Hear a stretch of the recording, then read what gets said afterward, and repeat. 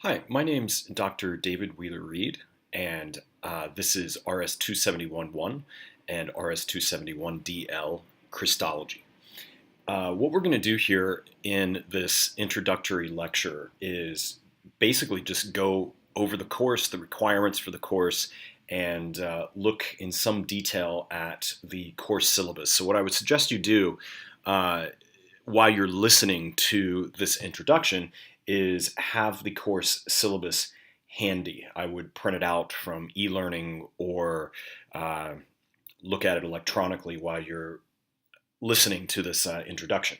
So this is RS-271-1 and RS-271-DL. There are two courses going on simultaneously. Some of you are in the blended version of this course, which has an on-campus meeting Thursday nights from 5:30 to 7:30 or 7:50, and the rest of you are taking this course totally online. Having said that, if you are taking this course totally online and you would at some point like to drop by for one of the seminars on Thursday evenings, feel free to do that, but you aren't required to do that. So in this course, when you're looking at the e-learning website, there are things that are for the blended course, which does part of the course online. Tuesday is done online, and then Thursday is done on campus here in New Haven, and the rest of the people taking the course are doing the course totally online. So if you're looking at your syllabus here, right below the course code and title, we have the description for the course. And this will start to make more sense as we go through this course. But basically, if you're wondering what in the world is a Christology course, there are other titles we could give to this course. Instead of just calling it Christology, we could call it the historical Jesus if we wanted to do that. But Christology is basically the study of the quests, and there are several of them, for the historical Jesus. And what this course is it's an opportunity for you as a student to observe how historians, and I'm going to talk about that a bit more in our first lecture, but it's something to keep in mind. That's a key word here that's going to come up a lot throughout this course. It's an opportunity to observe how historians have answered a question that Jesus put to his followers. In Mark's gospel, it also appears in the Gospel of Matthew and in the Gospel of Luke. And that question is, who do you say that I am? So there's this narrative that occurs in the life of Jesus and his followers, in which he asks his followers, people like Peter and John, who do people say that I am? And Jesus' followers answer, well, some say you're John the Baptist, some say you're Elijah, and then Jesus turns to his followers and said, yeah, okay, but who do you say that I am? And that really is the basis for a Christology course. It's a course that's trying to answer that question. Who is Jesus? In fact, this term Christology, anytime you have a word that ends in ology, it means the study of. So if you have a word like biology, that's the study of life, or zoology, that's the study of animals. Well, Christology is the study of the Christ. And that word Christ is a Greek word. It comes from the word Christos in Greek, which means the Messiah. So the study of the Christ is the study of the Messiah. So a course on Christology is studying about Jesus as the Messiah. Who is that, and what does that mean? And as I say here in the course description, we're going to observe in this course how historians have answered this question which was put by Jesus to his followers. Who do you say that I am?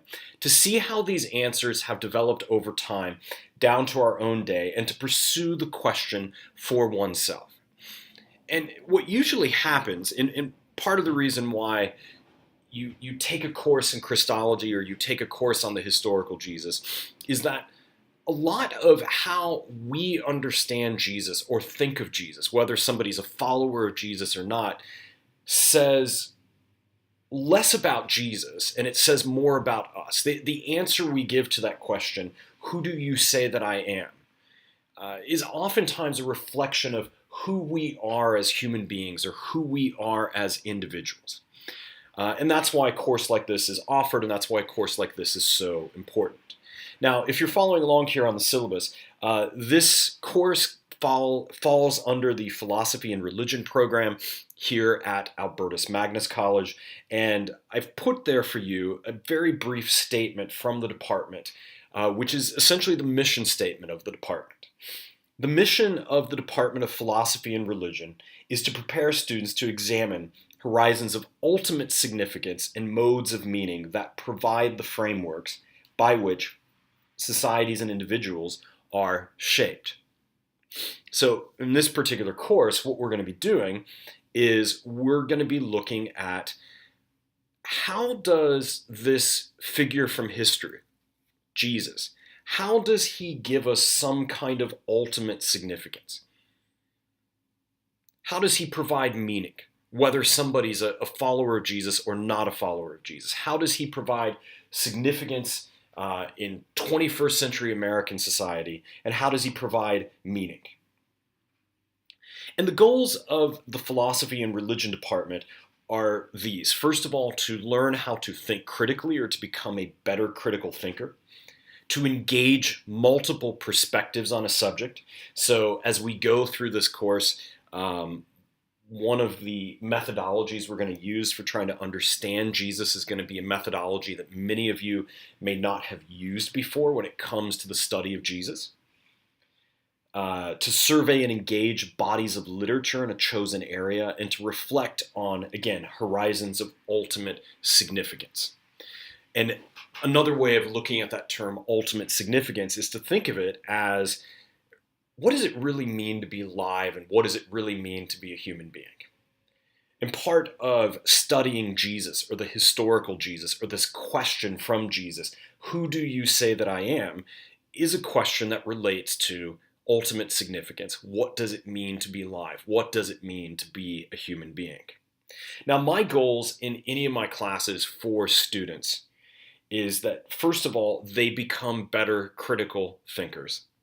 2, that they become better writers. And 3, that they become better readers. And you'll have an opportunity to do this in this course by looking at primary texts that come out of the New Testament. And you'll have an opportunity to do this by answering certain reading guide questions and by taking online quizzes that will ask you to think through complex issues that have to do with Christology and with the life of Jesus. As you can see here, this is Mod 4, and again, you are either taking this completely online, or you do an online portion on Tuesdays, and then on Thursdays, we meet from 5:30 p.m. to 7:50 p.m.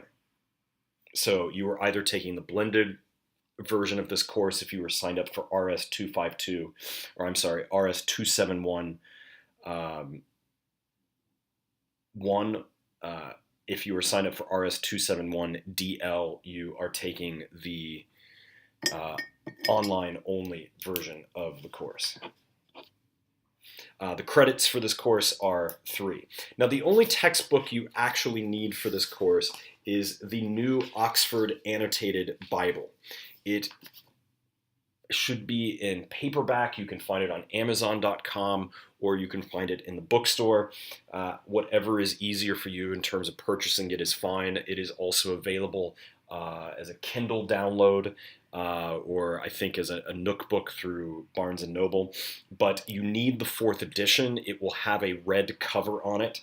And even if you have your own Bible, I want you to have this Bible, because it's very important that everyone throughout this course be reading the same Bible and the same English translation of the Bible.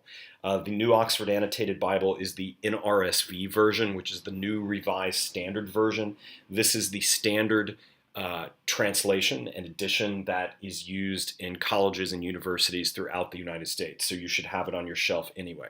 There are also some supplementary entries and articles that you are going to read out of the New Oxford Annotated Bible. So you will also need it for that. But that is the only textbook you will need for this course. Now, obviously, you're not going to read all of it, but you are certainly going to read the four Gospels in the Bible: Matthew, Mark, Luke, John, and I'm going to supplement those readings with some other material when we get to the Gospels of Thomas and the Gospels of Peter.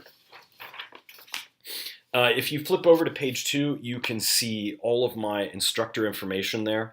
The easiest way to get a hold of me is to email me, but also feel free to call if it is urgent and you need to get in touch with me. But I am always available by email, and I make it a policy to get back to you within a 24-hour period, if not less. You can also contact me at my iCloud email address, but they all end up going to the same place. As far as office hours go, since these are evening classes and online courses, I do them by appointment, so I will try to work around your schedule. But if you ever need anything, please get in touch with me.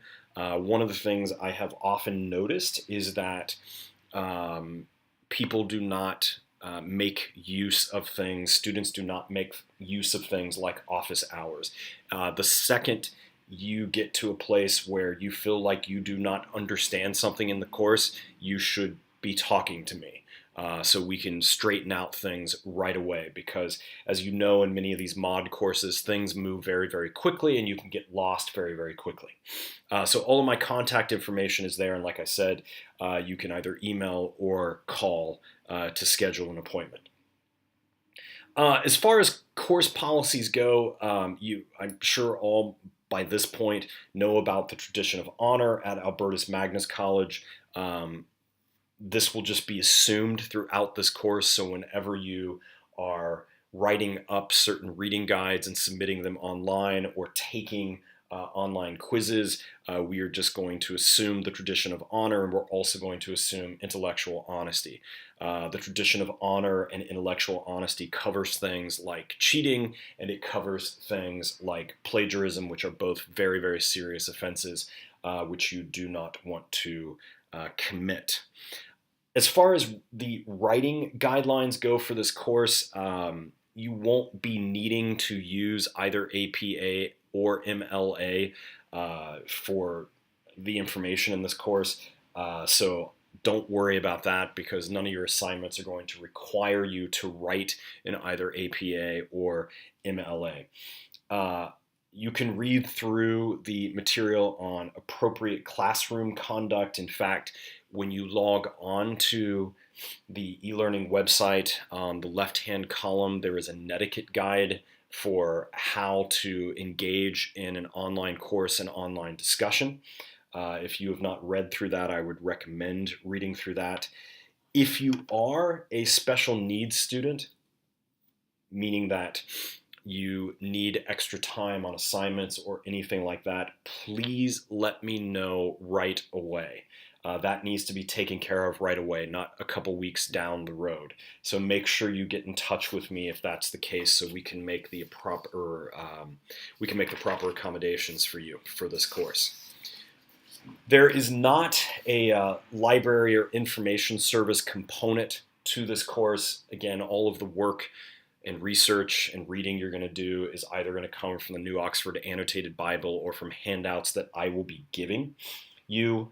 As I said, if you look at the blended and online course etiquette, there is a link to Albertus's netiquette guide. You can either do that through the e-learning website, or if you just download the syllabus, you can do it here on the link to Albertus's netiquette guide. If you're going to withdraw from this course, please read through the regulations that Albertus Magnus College has established for withdrawing from a course. And it is also important to take note of Albertus Magnus College's definition of a credit hour. This is to give you some sort of indication about the amount of work you should be expecting yourself to do outside of a classroom setting per credit hour. So let me just read this to you here. Albertus Magnus College adheres to the definition of a credit hour as defined by Federal Regulation 34 CFR 600.2. In other words, Albertus Magnus College, even though it's a private institution, because it takes federal funding and gives students federal student aid, federal student loans, it has to abide by policies set by the United States Department of Education. As passed by the U.S. Department of Education, Office of Post-Secondary Education, the college's definition of a credit hour is as follows. A credit hour is an amount of work represented in intended learning outcomes and verified by evidence of student achievement that reasonably approximates not less than 1 hour of classroom or direct faculty instruction and a minimum of 2 hours of out-of-class student work each week for approximately 15 weeks for one semester, or in this case it's going to be 8 weeks, or the equivalent amount of work over a different amount of time, or 2, at least an equivalent amount of work as required in paragraph 1 of this definition for other academic activities as established by the college, including laboratory work, internships, practica, studio work, and other academic work leading to the award of credit hours. You'll see later on in the syllabus that I've tried to give you an indication of how long I think your weekly assignments will take. Those are just guesstimates on my part, but I've tried to help you with this because I do know that you lead busy lives. But the university, and myself included, are bound by these federal regulations that are set up by the U.S. Department of Education. And so this is the expectation upon you that 1 hour of classroom work or direct faculty instruction and a minimum of 2 hours of out-of-class student work each week is the regulation that we have to follow, and which is followed anywhere throughout the United States in any college or university that takes funding from the federal government. Now, as far as you're concerned, these are probably more important things for you. Attendance is mandatory in this course. How I'm going to check attendance, especially if you are only taking the online version of the course, is eventually, and you'll see this in the syllabus, you will have a weekly quiz and a weekly reading guide. By doing the quiz and by doing the reading guide, it will count for your 2 days of attendance. That's how I will know, especially if you're doing the online course, that you have checked in for your Tuesday and Thursday assignments. Now, let me make something clear on this. Even though, especially if you're taking this course online, even though it says the course takes place on Tuesday and Thursday, obviously you can do these assignments and listen to the lectures, etc., whenever you want. What I would ask is that you have, or what I'm telling you need to do, is you need to make sure you have everything done for a given week by the end of the week, Sunday at midnight. And again, we go through the actual details of your assignments here in a moment. You'll see this. So basically come Monday morning, I'm going to go back and start grading things, look at what you did, etc. And I will then go back and put in your attendance for that week. So attendance is mandatory. Now, if you're coming to the blended version of the course, I will take attendance on Thursday night. So that will be part of your attendance, but doing the online assignments, if you're in the blended course, will count as the other part of your attendance for the week. But attendance is mandatory. Now, obviously, things come up throughout a mod or throughout a semester, life, sicknesses, illnesses, all those sorts of things. If that happens, you need to get in touch with me and let me know what's going on, because if you have 2 unexcused absences in a row, this starts to throw off everything with your own student aid and student funding, and you will start to get messages from you'll start to get email messages telling you that or warning you that you're about to get reprimanded or something like that. So keep that in mind. If you miss 2 consecutive um, class sessions in a row, and so that would mean, so if one week you're online taking the course online and you don't do any of the assignments, you've missed the whole week. So that's 2 consecutive sessions of the class right in a row. You will start hearing from people higher up and start getting emails asking you what's going on and things like that. If you're doing the blended version of the course, that would mean if you didn't show up to the class on a Thursday evening and you missed the online assignments, that would count as missing 2 consecutive courses in a row. As far as how you're going to be assessed in this class, attendance is going to count for 15% of your grade. This is true whether you're doing the online version of the course or doing the blended version of the course. You will have content quizzes, which will count for 30%. These will be about 10 to 15 questions, true, false, multiple choice. Yes, you can use your notes. Yes, you can use your New Oxford Annotated Bible. I don't care at all on that. But one thing you need to know on these quizzes is the second you hit submit, even though the Moodle system that Albertus Magnus College uses with e-learning, even though it makes it look like you can go back and keep correcting your answers till you get everything right, that's not how it looks on my end. The second you hit submit, that's the grade you get. So if you hit submit and it tells you got a 60%, that's the grade I see. If you go back and correct it and correct it and correct it until you get 100%, I don't see that. I only see the first thing you submit. So keep that in mind when you hit submit. That is what's coming to me. Sometimes students in the past have thought their grade is higher than it actually is because they keep taking a quiz or an exam or something over and over and over again until they get 100% on it. That's for your benefit, but the only grade I see is your first attempt at a quiz. So you will have quizzes throughout this course on, that would basically be content quizzes on the lectures and on what you're reading. And then you will have reading guides, which will be 5 questions. You will submit them online. They aren't that complicated. Sometimes the response to one of the questions is 1 or 2 words. Sometimes it's 2 or 3 sentences.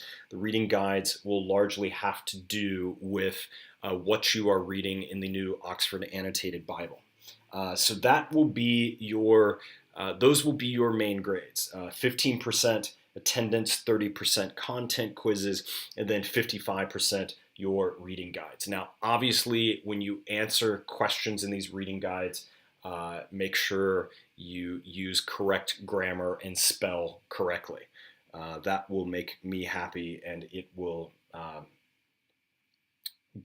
it often makes your grade go higher. But your reading guides will basically consist of 5 questions, and it will have to do with the material that I've assigned for you to read for a given week. Now, again, throughout the week, I do not care how you break up your reading, your quizzes, your reading guides, as long as you have everything done by the end of the week, Sunday at midnight. That makes me happy because I will go back on Monday morning and look at all of the stuff you've done for the whole week, grade it, etc.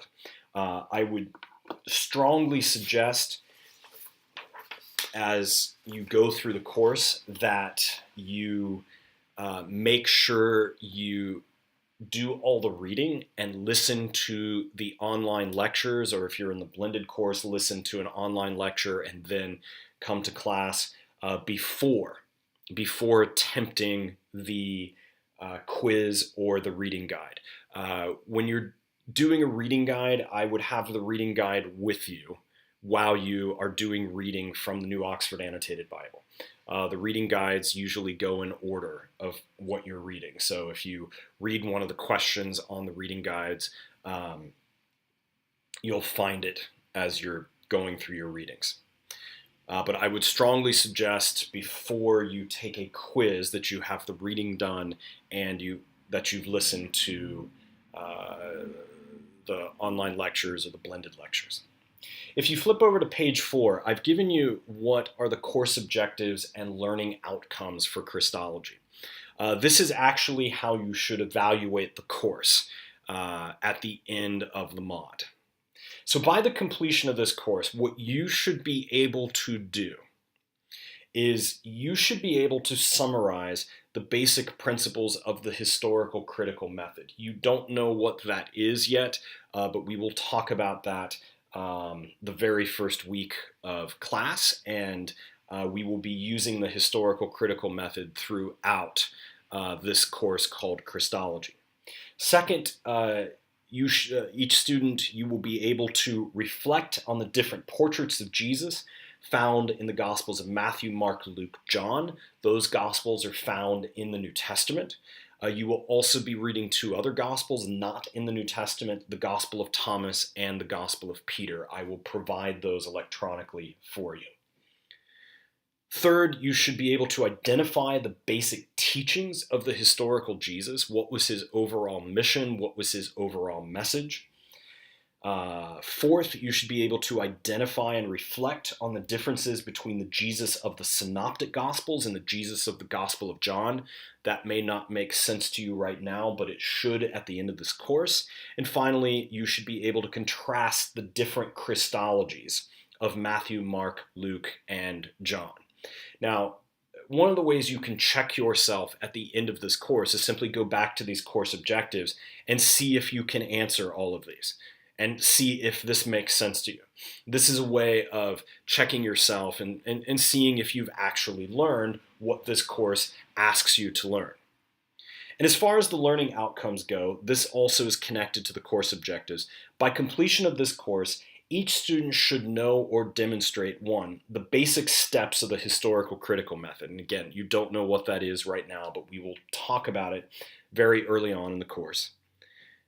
You should know or demonstrate a basic outline of Jesus' life and teachings. That includes when was he born, when did he die, etc. A basic knowledge of the Greco-Roman world and Second Temple Judaism. You may not know what those things are, but we will talk about them in the next week or 2. You should be able to know or demonstrate an initial revision of one's answer to Jesus' question, who do you say that I am?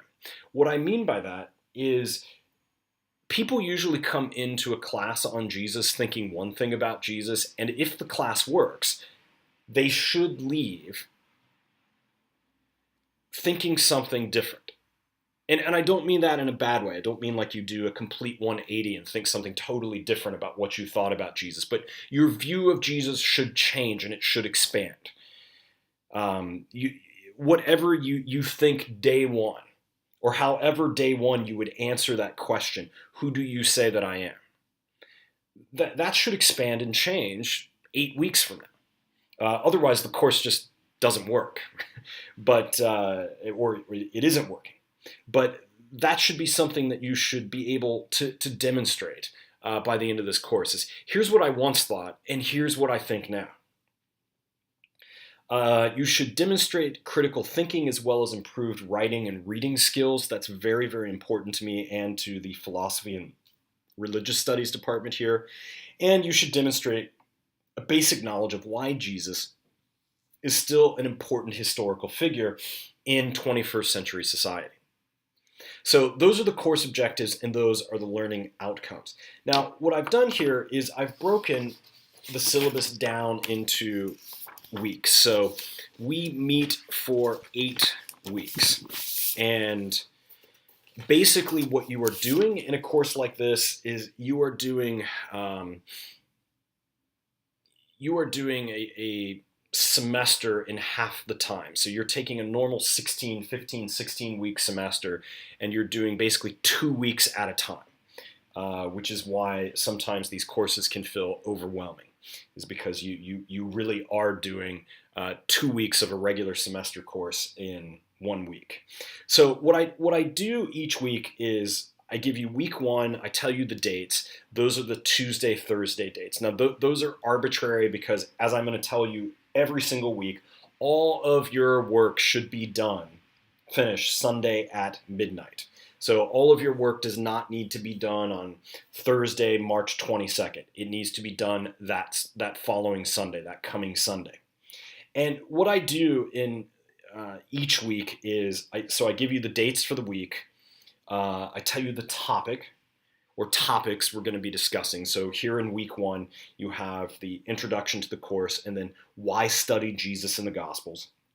And for each week, I give you certain learning objectives. And what I would do is at the end of each week, after you've completed all the assignments, I would go back to these learning objectives and see if all of this makes sense to you now and see if you can answer some of the ideas and questions that are found in these learning objectives. So for week one, your objectives are to familiarize yourself with the syllabus, my own policies, to obviously get your textbook, familiarize yourself with e-learning, all that sort of stuff. And the second thing I want you to do is to list the major divisions of the New Testament. That will become apparent as to what that is when you start listening to your first lecture called Why Study Jesus and the Gospels. And then finally, I want you to summarize the basic steps in the historical critical method. So by the end of the week, what I would do is go back to these learning objectives and look at these and say, okay, can I do that? Or was there something I missed or something that I don't understand?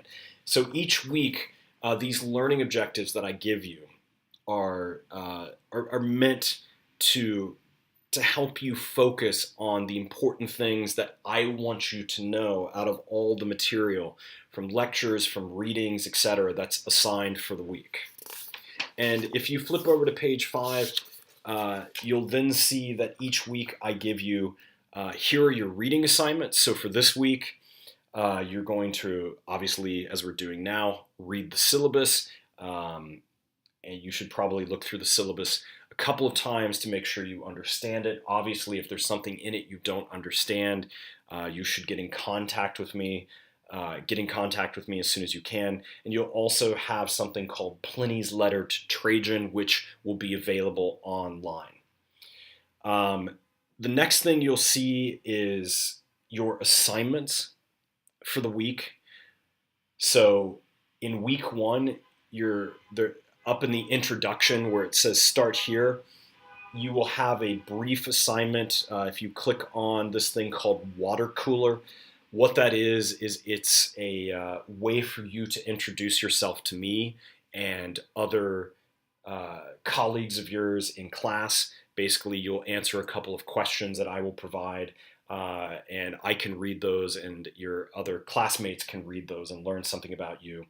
And as you can see here, you will also have quiz number 1. As is always going to be the case, the ultimate due dates for any week is Sunday at midnight. So in this case, when it comes to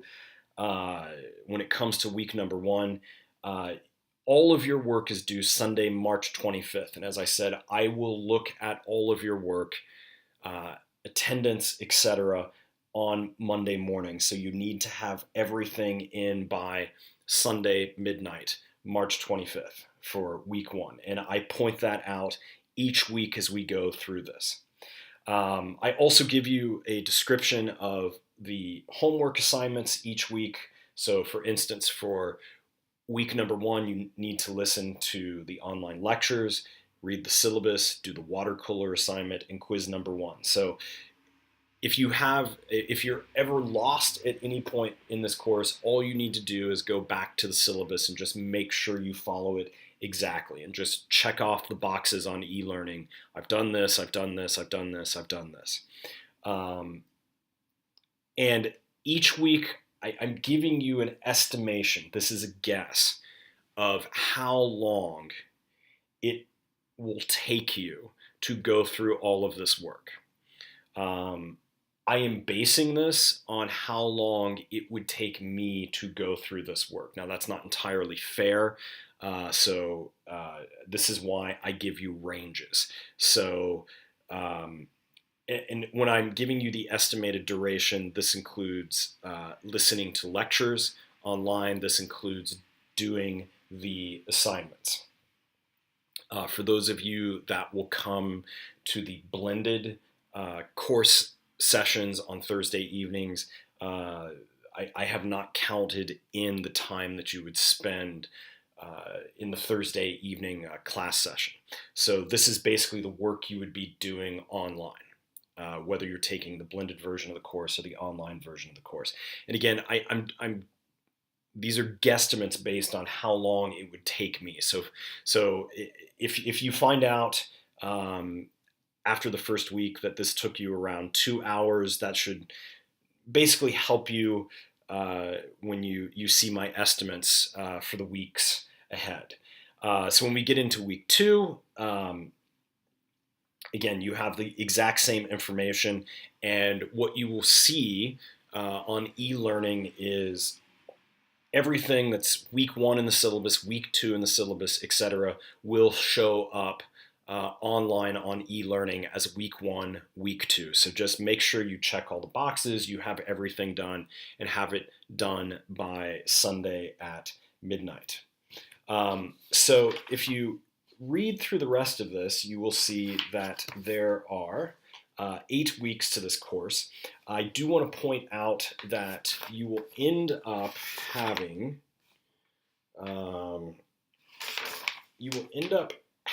8 quizzes and 6 reading guides. So you'll have 8 quizzes, 6 reading guides. And when we get to the end of the course, please be aware of the fact that the class actually ends, the mod actually ends on a Saturday, not a Sunday. So in week 8, the very last week of the class, everything will be due Saturday, May 12th at midnight, not Sunday, May 13th at midnight, because grades have to be turned in for graduation, et cetera, et cetera. So just make a note of that. But throughout the course, you will have 8 quizzes and 6 reading guides. So keep that in mind. And again, as you look through the syllabus and you read it on your own, if you have any questions, please get in touch with me and ask. But basically just follow the syllabus. Follow it exactly. Follow it word for word, and you shouldn't have any problems. But I would also make sure that you are constantly looking ahead in the syllabus, especially at the estimated duration of work that you're going to have to do per week, just in terms of time management. Some weeks are longer than others. It just happens to be that way. So you'll always want to be looking ahead to see, is this going to take me a little more time? Do I need to plan ahead for the coming week or something like that? So if the syllabus and everything makes sense to you, what you should do is, after you've listened to this, you should move on and read some of the other introductory material for the course, and you should answer the water cooler questions, and then you should move on from there to listening. If you are taking this course totally online, you should move on to listening to your very first lecture under week 1. If you are in the blended course, that lecture and that topic will be discussed in class on Thursday.